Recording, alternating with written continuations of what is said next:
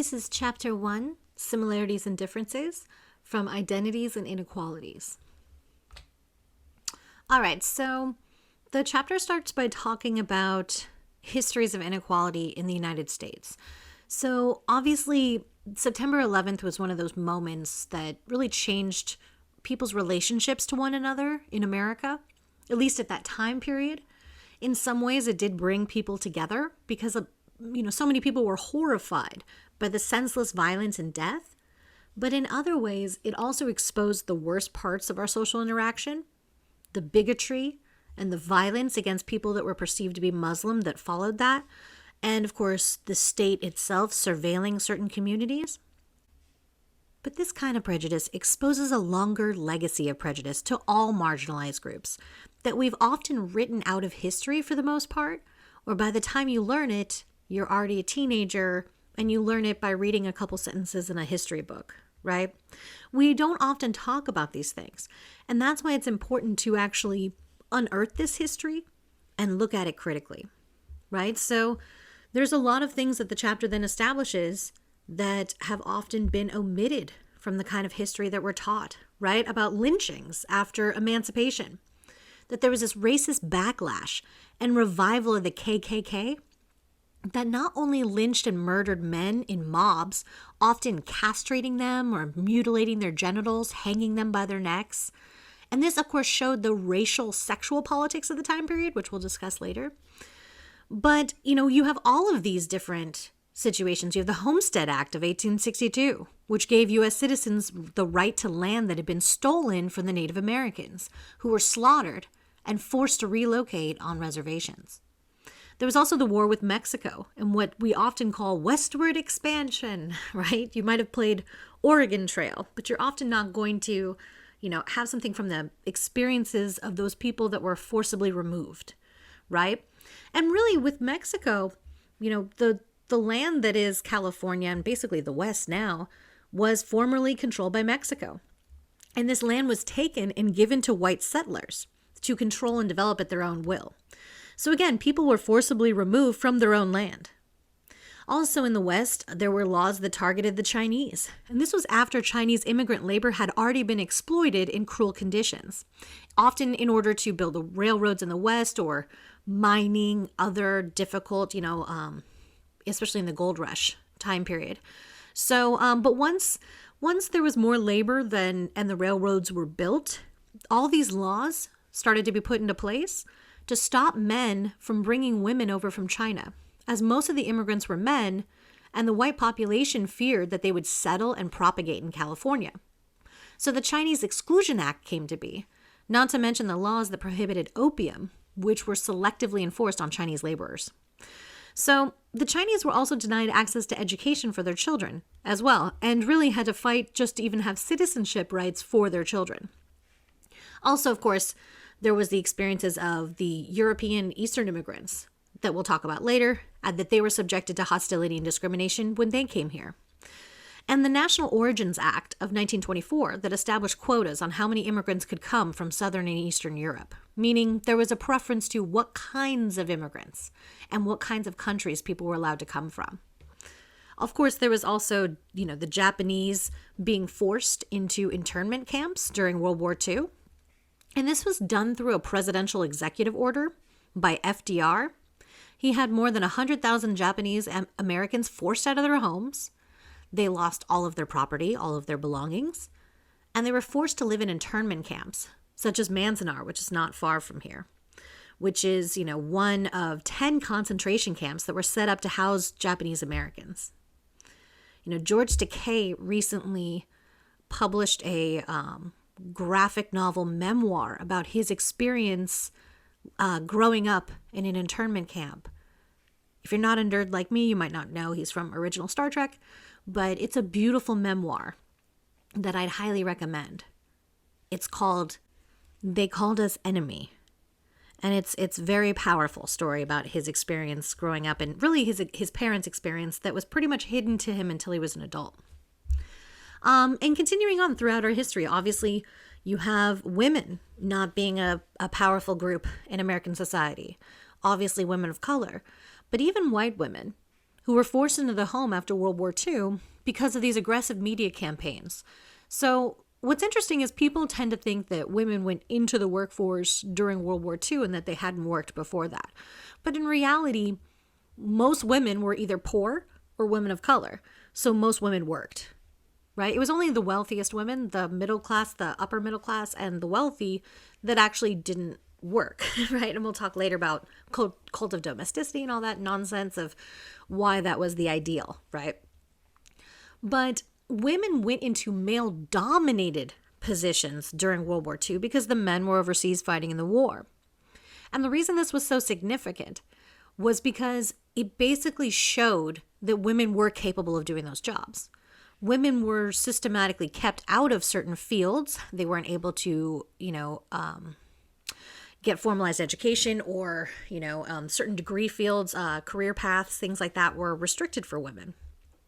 And so when women took over male-dominated professions, when men were serving overseas, it demonstrated that women could do those things. And that's why it was such a long-lasting impact on kind of our collective consciousness. But as the war ended, women were laid off en masse. And there was an aggressive media campaign that came out to try to convince women to go back into the home, to find their fulfillment through proper housewifery, right? And so this is when we get that June Cleaver, Leave It to Beaver portrayal of reality and the focus shift to, middle class appliances and consumer products and buy things to fill the void, right? And again, there's so many communities in American society that have dealt with inequality. And I'm just touching upon a few here, but of course we're going to go into all of these much more in depth as the class progresses. But of course, we have to talk about harassment and violence that targets members of the LGBTQ community, right? Throughout history and even to this day, especially to this day when trans women of color are being targeted for violence and dying at such high rates. But this is not new. Many homosexuals were beaten and humiliated by the police for years as anti-sodomy laws were selectively applied to homosexuals, as we'll speak about later. We're going to watch a film that goes through how gender was literally policed. You had to wear clothing items of the gender associated with the sex on your birth certificate, or it was illegal. Like you could be incarcerated for it. But often they were just beaten and harassed by police. Not to mention the policy of publishing the names of suspected homosexuals and lesbians in the newspaper along with their address, which would of course humiliate them, but make them very vulnerable for violence. So we'll talk more about that later as well. And then of course, since the dawn of American society, there's the problem of people of color being targeted, right? And of course, more specifically in the modern day by the police. So again, history continues. The Black Panthers were known for confronting the police for the brutality that was so common in poor neighborhoods of color. So we still have this problem, though, with people dying at the hands of police who are predominantly people of color. We also have this time period where white women are calling the cops on everyone, from sleeping in a dorm room to selling water bottles to having a barbecue for bumping into someone with a backpack. It's crazy. So even though our American history that we teach K through 12 education ignores a lot of these facts or pushes these stories to the margins as if they're one-offs and not part of a larger pattern of how hegemony becomes violence, how power of hegemonies of whiteness, maleness, heterosexuality, how these things have cemented themselves into the power structures and power relationships in our culture, and that those things have generational, long-lasting impacts. Okay, so sociological perspective is just the way that sociologists view these kinds of issues we'll be talking about in inequalities and how they reflect our cultural values and social institutions. So first, we do this by using the sociological imagination, which is just a way of wedding a person's individual biography with the social institutions and forces that shape their experiences and their perspectives. And then, of course, we have personal choices, but we also have structural factors. So let's see, homelessness as an example of this. So oftentimes the narrative in our culture around homelessness centers on individual responsibility, right? Well, we'll talk more about these ideologies later and deconstruct them. But just for the moment, yes, that's what it is, right? So we tend to say, oh, what did this person do to make themselves homeless, right? And of course, that's part of an analysis. We do have agency. We make choices in our lives. But what also needs to be taken into account is what opportunity structure are we choosing within? Meaning, what available choices do you have? Right? And once you really look at those things, once you intersect the personal choices with the structural factors, you start to see the world much more clearly, see how certain opportunity structures structure different paths. So for example, you grow up in a situation where you're in endemic poverty, generational poverty.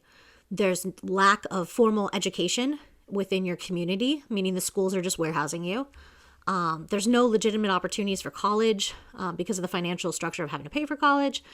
And so how does that then affect what you want to do with your life? Well, I mean, if you're living in a violent situation where you think you're not going to live past 25, you're obviously going to change the way you approach life, and your goal structure will change, right? Now set that aside and imagine instead that you grow up in one of the most affluent, parts of the country.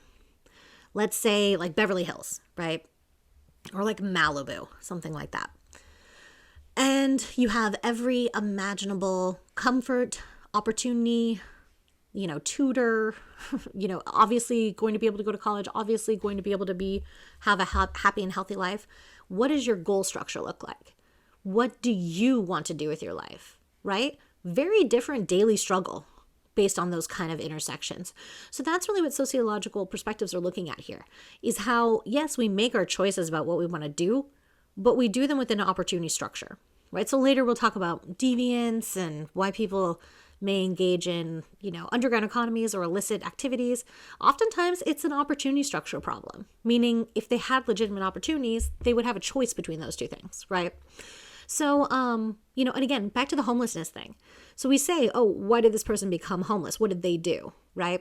But we often fail to see the structural factors that lead to certain patterns where certain groups of people are more likely to end up in those situations. So with homelessness, we know that there's certain communities that are more likely to end up homeless. And largely that has to do with their opportunity structures and really just their place in a social location, which we'll talk about later. So basically, if you just say, okay, what did this person do? You're going to miss the larger picture. But if you just look at the larger picture, you often lose the kind of individual human experience. So that's why we have to look at how they overlap. So for instance, if you say, oh, people just don't work hard and that's why they become homeless. Okay, well, what happened in 2008? Why did a bunch of people just decide to become homeless? They didn't, right? A couple banksters destroyed the entire global economy. And of course, never went to jail or anything for it, but that's a whole nother thing we'll talk about later. But the idea that they chose to become homeless, or that they just I just don't feel like having a job anymore.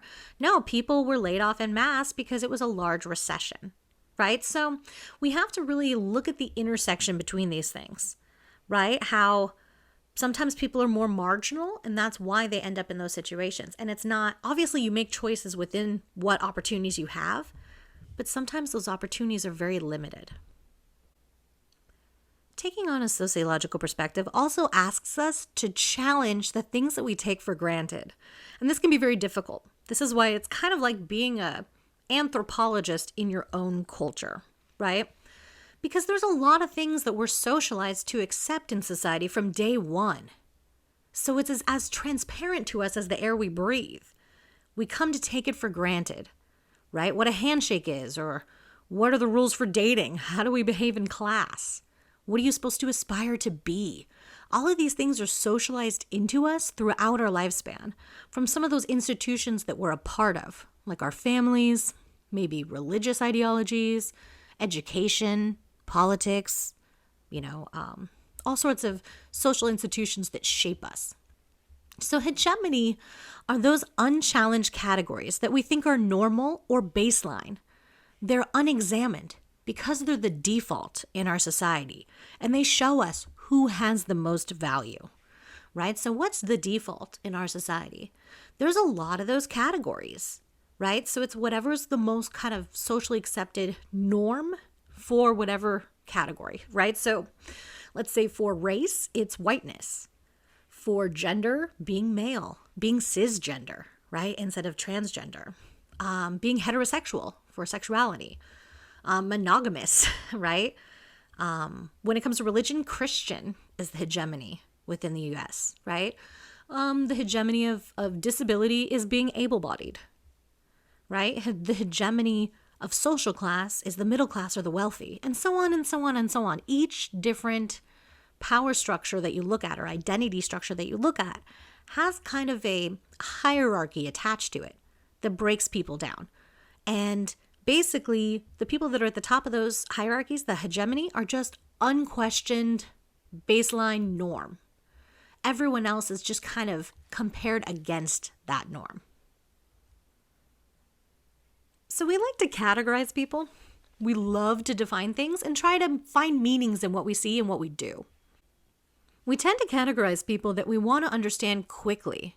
And the problem with that is that people are complicated, much more complicated than the stereotypes that we have the space for, right? So one example would be the kind of quintessential high school cliques, right? You got your nerds, your jocks, your cheerleaders, your burnouts, your hippies, your goths, your theater kids, your ASB, blah, blah, blah.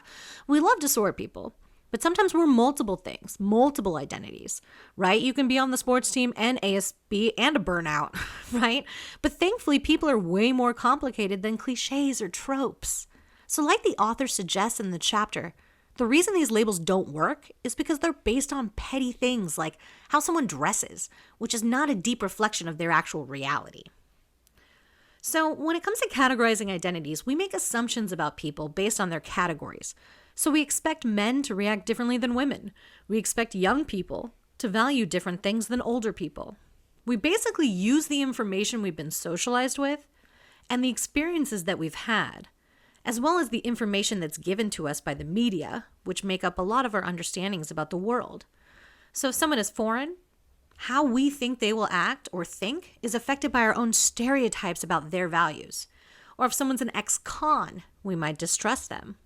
Or if they're homosexual, we might make assumptions about their lifestyle or their sex life. Basically, we make social judgments not based on the individual's action, but on their categorizing identities. So when it comes to variation in between groups and variation within groups, when we categorize and stereotype each other, we tend to focus on the differences that exist between groups, like the difference between men and women, between the poor and the wealthy. And there are, of course, differences. But an emphasis on between group differences can really obscure both the differences that exist among individuals within groups, as well as the similarities that exist between individuals in different groups. Take men and women as a biological sex category as an example. So there are obvious differences in sex characteristics between a biological male and a biological female. But in general, the majority of the body is the same. The brain structures, the heart, the other internal organs. It's the genitals that are different, so we focus on all of the difference instead of all of the similarities. So we tend to focus on differences, and this makes us overlook the in-group differences or overlook the individuality of all human people. So as a woman, you may share some characteristic with other women, but you also may express your gender differently than accepted social stereotypes. So a lot of this is just to create these kind of general categories, but we don't really fit into them because we're much more complicated. So once a hegemony is established, anything that differs from it is othered, right? So that's the process of othering. So being a racial minority is other than white. Being female or trans is other than being a cisgendered male. Being Muslim, Jewish, atheist, or any other religious faith other than Christian, you're othered, right? So you're labeled as different from what's considered the baseline, what's considered the hegemony. You become like an aberration of difference. So stereotypes are part of this, of how these things are structured, the in-group, out-groups. So stereotypes are the potent way we use our snap judgments about groups, and what we learn about society is not devoid of power arrangements. So as a result, we learn a social hierarchy, and we apply more worth to the people at the top of the social ladders. So take income, for example. Social class is clearly a stratified hierarchy. I mean, upper, middle, lower, right? Who do we want to be? Higher, duh, right? So the one that's the dominant one comes as the one to be desired, right? Same goes for other hegemonies, but social class is the easiest one to examine because it literally puts itself on a hierarchy, right? So the same goes for all these other hegemonies. It's just a matter of being able to see the way that these values are structured. So another aspect to this is expecting people to speak on behalf of their culture. And so this comes from a kind of tokenism where we ask marginalized people to speak on behalf of their people, as if there's like a unified voice, right? So if you're the one woman in the room, they'll say, well, what do women think about this, right? You're the one man in the room. What do men think about this? You're like, well, I don't speak on behalf of everyone, right? Or if you're the person of color at the table, right? And what does your culture think about this? Again, you're not like the spokesperson for that particular group. And we all have identities that we're not at the top of that hegemonic ladder. So when you're expected to speak on behalf of a group or a culture, it's uncomfortable, right? Because that's when you're very aware of how people are then judging not just you, but their reaction to what you say. It's going to be applied to the entire group. So we live in a culture that promotes heteronormativity, or the assumption that everyone is heterosexual, and that heterosexuality is normal. So how do we learn this? Do people go around literally saying this all day? Hey, heterosexuality is normal, right? In a sense, the media does do this through books, magazines, TV shows, films, radio, all that have those narratives that surround love as heterosexual. The flip side of this is that there's a lot of research on homosexuality, as in why people are homosexual, but not a lot of research on why people are heterosexual. As if we're not learning the values of sexuality from our culture, i.e. what is sexual, what's considered normal desire, which sex acts are socially approved, in what context. All of that stuff is something that I know it doesn't sound very fun to think of it that way, but it's true. We're socialized into our value systems about sex and sexuality. So of course, we see these things every day. It does affect the way we then look at our own lives and people in our lives. So hierarchy has a lot to do with our not noticing that we value some people and some categories of people over others. It comes from our historical power relationships, our cultural institutions and ideologies. And an important aspect of this that we'll be talking about throughout the class is privilege, right? It's when a problem is not a problem because it doesn't happen to you, right? So it's basically groups that have significant social power have the luxury of remaining unexamined, which makes them unquestioned, right? So we're going to talk about white privilege, male privilege, other forms of privilege, right? That affect the way that we then see the world, right? So another issue discussed in the chapter was racial invisibility and women's issues. So because whites are privileged from issues of racial discrimination, white is an unexamined category. It becomes the task for people of color to fight for racial equity. Similar issues of violence against women are not recognized as an issue of male violence or male cultural norms that are problematic. It becomes a problem for women to advocate for themselves. So the focus for issues like sexual assault often focus on helping women after they've been victimized, instead of examining how toxic masculinity and the social justifications for it contribute to a social epidemic against women, a rape culture, as we'll discuss later. So these examples illustrate how when things are out of sight, they're out of mind. Many can't understand something they didn't experience firsthand, and nothing compels or makes them do so. Okay, moving on to stratification, power and privilege. Stratification is a structured system that ranks groups of people and perpetuates unequal rewards and life chances. So basically all we've been talking about, putting people in a hierarchy.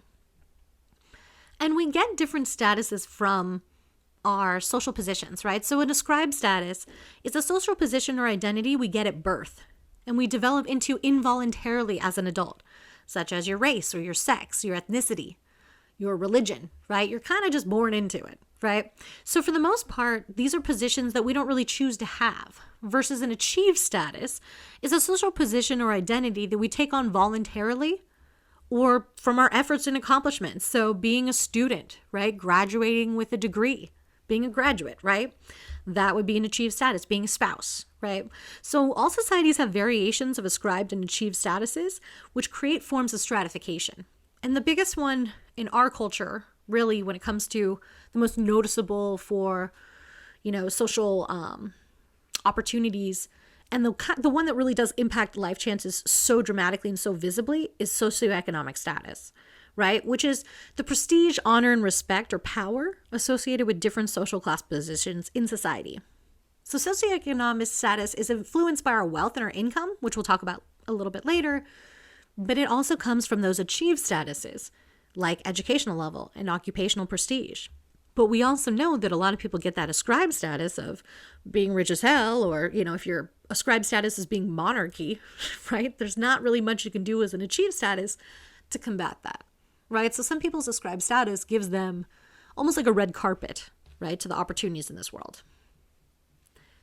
All right, moving on to theories of inequality. This is something we'll be going throughout. So this is just kind of like a little dipping our toe in the pool of these theories that we'll be continuing to discuss. So to understand the social theories that contribute to the paradigm of sociology, this is important, right? If we're going to understand sociological terms and perspectives, we have to talk about these as we go through the course, but we have to review them first, right? So functionalism. They basically see society as parts that fit together to form a whole, like a puzzle. So each social institution connects to another to make society a whole. And they see different aspects of society as functional or dysfunctional. So how could inequality be functional? And I still struggle with this one. They say that some occupations require more skill or training and therefore should be rewarded more, meaning a doctor should be paid more because it takes a lot of education to do that.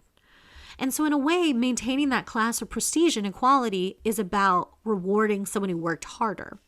So they say those who rise to the top of an occupational hierarchy are those who work the hardest and the most valuable to society, right? But there's a lot of criticisms of that viewpoint, such as, nepotism, the idea that even if you have the qualifications, it's who you know that helps you get to where you get.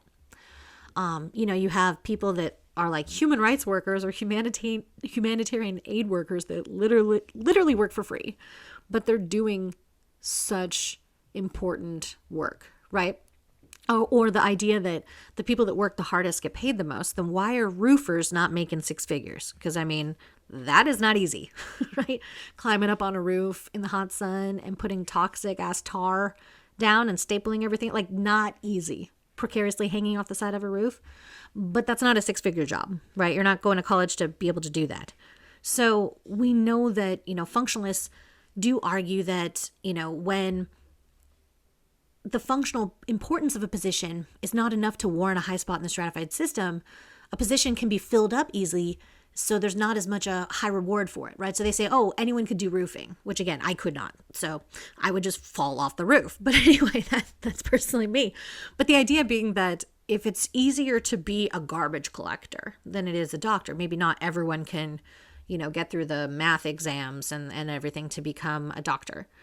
The idea is, well, if those other jobs are more obtainable, then they're less valuable. That's how functionalists look at it, right? But again, let's be real. A garbage collector, pretty important the day after your garbage was supposed to be collected and it wasn't.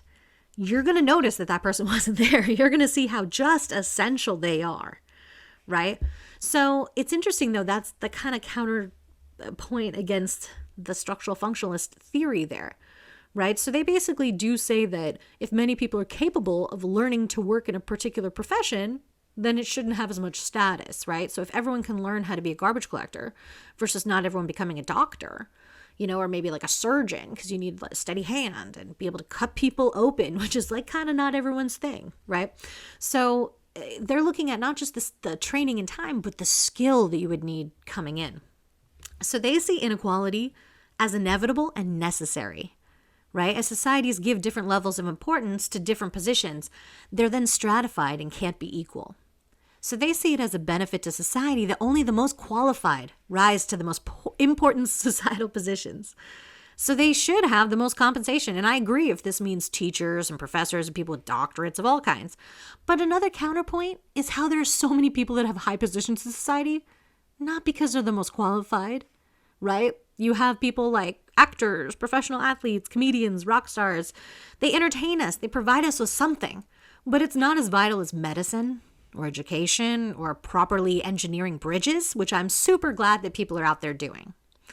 And again, further counterpoint, YouTube celebrities, right? they make way more money than a lot of skilled surgeons and medical researchers and specialists that are trying to cure diseases that plague us. So basically, functionalism is assuming meritocracy on a level playing field.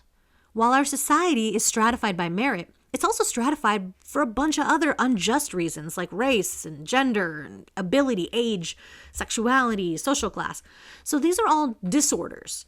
It kind of goes against the functioning part, right? And they don't contribute to societal motivations to be better or more skilled, right? Because of the inequality inherent there. So if we did have a meritocracy, great.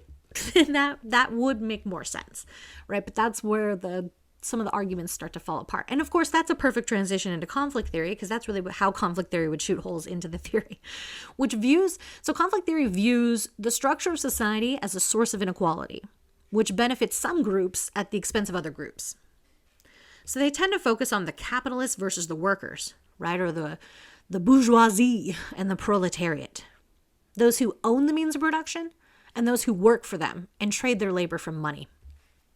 So capitalists control the decisions that affect all of society. They control where people live, their livelihoods, and by treating workers poorly, this increases surplus value of each worker, right? Where they create a vast gap between the rich and the poor, one that we're living in right now.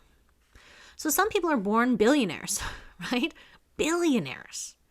And there's people out there, progressive, people that are elected representatives, like AOC is an easy example, that are somehow controversial because they say that society shouldn't produce billionaires, right? But let's deconstruct that. Why should someone have so much while the rest have so few? And where do the billions come from? Look at Jeff Bezos, right? It's off the back of his employees. The independent contractors, right? When you pay people very little, like literally the least you can pay them, without them just quitting or walking out, and at the same time, you pay yourself millions, you end up a billionaire. But they're actually quite a deficit to society because they keep their money. They don't pay it back into the system with taxes or spending relative to their money. So the rest of the economy shrinks, and it's counterintuitive, even for the rich, because without a middle class to buy all their shit, they won't be billionaires for very long. So it's an interesting thing that we'll be obviously deconstructing that as well a lot later on. So also conflict, and again, these are just the general arguments that we'll delve into later. Conflict theory talks about false consciousness. So if the rich capitalists control the workers, but in our system, they also control the cultural narratives, not to mention our political leaders. So they make their class position the most sought after. Their lifestyle is the most sought after, from lifestyles of the rich and famous to the Kardashians, right? We're taught to want to be them, to value what they value, to let them have the authority and power in society. As our elected leaders, as our celebrities and TV personalities, they tell us the best thing you can be is rich, not happy, not loved, not through service to others, as, Jesus said, or that people should do, right? But through money. Not through earning it, through hard work and dedicating one's life to a craft, but through YouTube or the lottery or by birth. It's what Marx calls false consciousness, when you see the ruling class ideas as valuable. The other side of that coin is class consciousness, realizing you're getting screwed by the ruling class and coming together towards changing or revolting against that established system. So Marx and Engels developed most of what is considered early conflict theory, but their focus was pretty narrow on the economic mechanisms of the theory. Of course, this was developed at the early stage of capitalism in a time of social change, so they noticed the changes and prophesized the ills to come. But people like Max Weber picked up from that and added to the theory as well, and we'll discuss some of the differences later. So Max Weber argued that beyond the economic, prestige and power are also important. Of course, also the control of property, wealth, and income, that these things are also important to how we structure economic inequalities. So prestige is the amount of honor and respect that people receive from others. And social class position influences prestige. But so can physical appearance, family background, or intelligence, right? So other things can affect prestige. Power itself is the ability to influence others and pursue or achieve your own goals. So wealth, prestige, and power mostly correspond, but not always. And again, we'll talk about this much more in depth later. We're just getting into the very beginning of it. Another variety of conflict perspective is the feminist perspective, which focuses on gender as a source of inequality in society. Early feminist theory pointed out the dominance of men in high positions in society, those most valued positions, and over time, it's become much more intersectional in its approach, seeing how multiple identities are denied access to power. So for instance, we talk about the wage gap, how women tend to make 77 cents to the male dollar. But when you take race and ethnicity into account, white women are making about 78 cents, black women 65 cents, and Latinas only 56 cents to that average male dollar, showing that women are not a monolithic category of people, and they're going to have different struggles based on those intersecting stigmatized identities, which of course we're going to explore ad nauseum later on. And lastly, cultural capital. So this is another important concept as well, which again, we will review, but just trying to get you in the mindset of it so we can really dissect these inequalities we're going to be talking about. So cultural capital refers to the status characteristics that can determine a person's social position. So you can be advantaged by your gender, your race, your class, your sexuality, as long as they correspond with the cultural hegemonies. But these can also be individual, like a person's attractiveness or intelligence. So cultural capital can provide advantage in the forms of social connections and social knowledge, right? So for example, if you are not a first-generation college student, you have cultural capital, meaning you probably had, either an older sibling or parents or other family members you have someone you can ask, hey, how do I register? How do I petition a class? What do I do about this, that, right? That cultural capital, the knowledge of how the system works. If you're a first-generation college student, you don't have that cultural capital. That's what makes it harder to go to college, because it's harder to find those structures of people to say, hey, what am I supposed to do if this happens, or I have to audit this, what do I do, right? So those things can be a disadvantage. And so that's kind of how cultural capital works. The more privileged one's status is, the more cultural capital they have, the more it kind of opens doors for them across all sorts of sectors of society.